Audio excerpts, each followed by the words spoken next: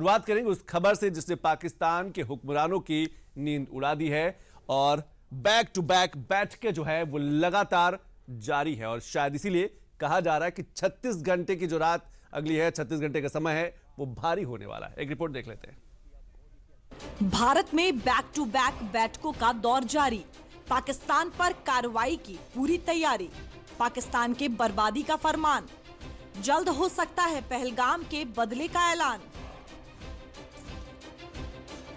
भारत में बुधवार का पूरा दिन जिस तरीके से गुजरा है वो बिन बोले बहुत कुछ इशारे दे रहा है।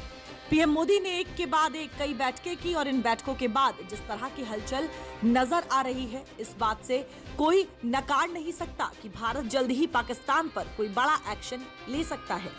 दावा है कि बुधवार को पीएम मोदी ने कई बड़ी बैठकें की हैं, जिनमें पीएम मोदी ने सबसे पहले सीसीएस यानी कैबिनेट सुरक्षा कमेटी की बैठक की।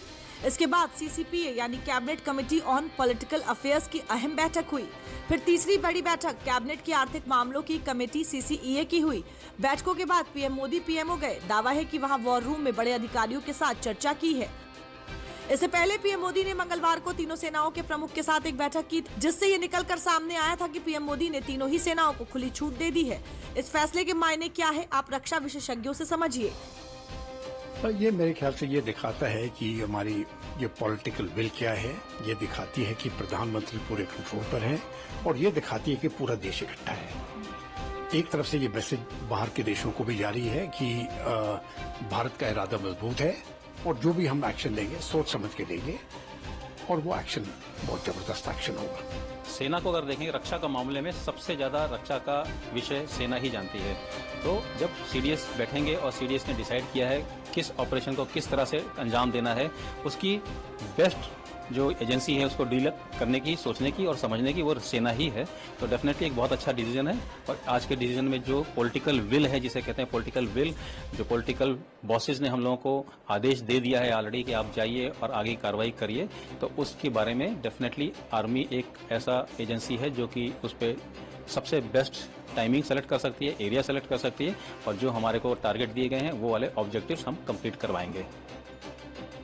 ये कोई संजोग नहीं है कि एक रात पहले पीएम मोदी सेनाओं को खुली छूट दें और अगले ही दिन एक के बाद एक ताबड़तोड़ बैठकें कर डालें। माना जा रहा है पहलगाम आतंकी हमले के गुनहगारों की उल्टी गिनती शुरू हो गई है। भारत के इरादे एकदम साफ हैं। आतंक और आतंकी दोनों को जड़ों से सफाया किया जाएगा और इसी फैसले को इन बैठकों में अंतिम रूप दिया जा सकता है। ये बात इसलिए कही जा रही है क्योंकि खुद पीएम मोदी पहलगाम हमले के बाद लगातार एक्टिव हैं और जो बैठकें अभी तक हो रही थी उनमें इस हमले का जवाब देने के लिए विचार विमर्श किया जा रहा था। 22 अप्रैल को पीएम मोदी ने हमले के तुरंत बाद ट्वीट कर आतंकियों को न बख्शने का ऐलान किया था। 23 अप्रैल को पीएम मोदी अपने सऊदी अरब की यात्रा बीच में ही छोड़कर वापस लौटे। वापस आते ही पीएम मोदी ने एयरपोर्ट पर ही सबसे पहली बैठक की थी, जिसमें विदेश मंत्री doctor S Jaishankar, NSA Ajit Doval और अन्य अधिकारी शामिल थे। 23 अप्रैल की शाम को पीएम मोदी ने सीसीएस की पहली और दिन की दूसरी बैठक की। इसी बैठक में भारत ने पाकिस्तान के साथ 1960 में की गई सिंधु जल संधि को रद्द कर दिया। 24 अप्रैल 2025 को पीएम मोदी बिहार दौरे पर गए। पीएम मोदी ने बिहार से आतंकियों को मिट्टी में मिलाने की बात कही। 27 अप्रैल को पीएम मोदी ने मन की बात से फिर आतंकियों पर कार्रवाई की बात कही। रक्षा मंत्री ने सीडीएस अनिल चौहान के साथ करीब 45 मिनट तक बैठक की। 28 अप्रैल की सुबह रक्षा मंत्री राजनाथ सिंह ने आर्मी चीफ से पहले बात की। फिर पीएम मोदी के साथ राजनाथ सिंह ने करीब 40 मिनट तक की मीटिंग की। फिर इसी दिन रक्षा संसदीय स्थायी समिति की बैठक हुई। 29 अप्रैल को रक्षा मंत्री राजनाथ सिंह ने पीएम मोदी के साथ फिर बैठक की। बैठक में सीडीएस अनिल चौहान, एनएसए अजीत डोभाल और तीनों सेनाओं के प्रमुख भी मौजूद थे। इस बैठक में एनएसजी, बीएसएफ, सीआरपीएफ और एसएसबी के वरिष्ठ अधिकारी भी मौजूद थे। 30 अप्रैल यानी बुधवार को सीसीएस, सीसीपीए और सीसीईए समेत कई अहम बैठकें हुई। इन बैठकों ने ही पाकिस्तान के हुक्मरानों की नींद उड़ा दी है, क्योंकि ये बैठकें कोई आम नहीं है। पूरी दुनिया को पीएम मोदी की कथनी और करनी पता है, इसीलिए ये बैठकें पाकिस्तान की बर्बादी का ऐलान मानी जा रही हैं। ये बात हम नहीं, देश के रक्षा विशेषज्ञ कह रहे हैं। हमारी देश की सेनाएं क्या करेंगी इसको आज की डेट में सीक्रेट ही रखा जाए, बट मैं आपको ये विश्वास दिलाता हूँ at the end of the operation, जब ऑपरेशन खत्म हो जाएंगे तब आपको एक बहुत अच्छा रिजल्ट नजर आएगा और एक ज्योग्राफी चेंज होती हुई आपको नजर आएगी। और ये बहुत बड़ा स्टेटमेंट मैं दे रहा हूँ कि ज्योग्राफी चेंज होती हुई नजर आएगी। इंग्लिश में उन्होंने क्लियरली कह दिया है, complete freedom to decide mode, मतलब कैसे आप करोगे, टारगेट्स, हर एक सर्विस में एक डिपार्टमेंट इंटेलिजेंस में होता है जो टारगेट्स तैयार करके रखता है। क्या टारगेट्स है? Navy, army, air force. वो बहुत ही महत्वपूर्ण है कि उनको टारगेट्स तो पता है, लेकिन कब करें, क्या करें, ये मोड में आ जाता है।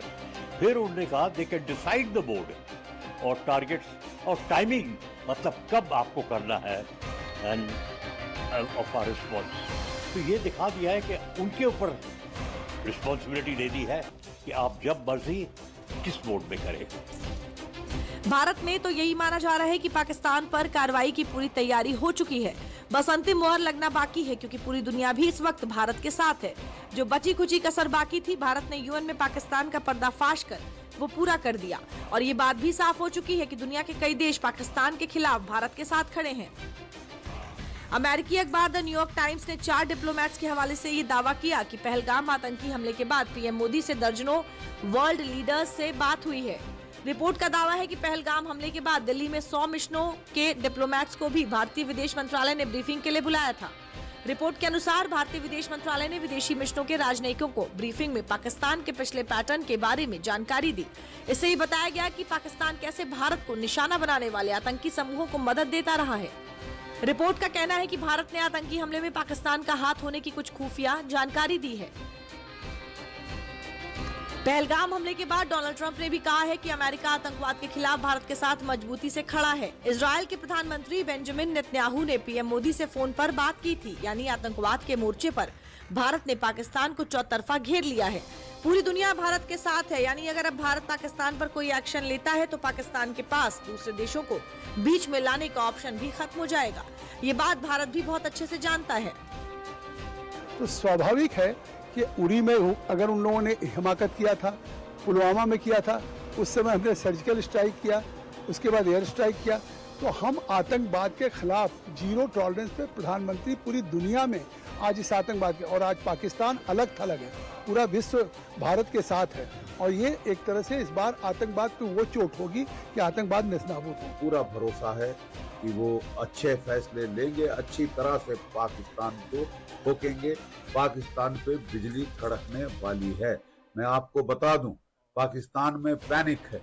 वो जो अपने F-16 जहाज हैं उनको पिछले एयरफील्ड पे भेज रहा है, जो उसके सबसे मॉडर्न F-16 ब्लॉक 58 के एयरक्राफ्ट हैं, वो उसने पसनी की एयरफील्ड जो कि नेवल एयरफील्ड है वहां भेज दे रही है।